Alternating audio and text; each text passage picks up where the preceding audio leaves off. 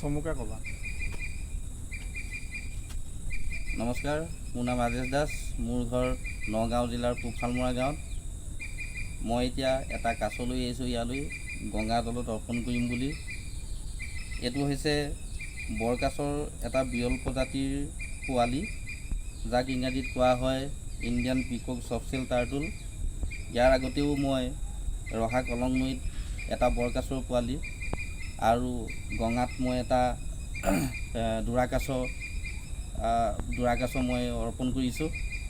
আজি এইটো মোৰ হাতে তৃতীয়টো আৰু মোৰ বন্ধুবৰ শ্ৰীমান পংকজ দাস, তেখেতৰ লগতো আহি আমি এটা দুৰাকাছ ইয়াত অৰ্পণ কৰিছিলোঁ।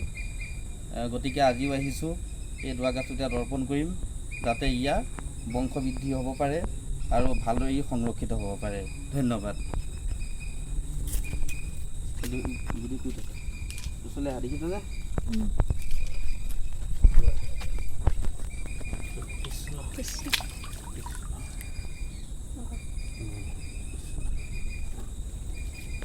কাছত দুটা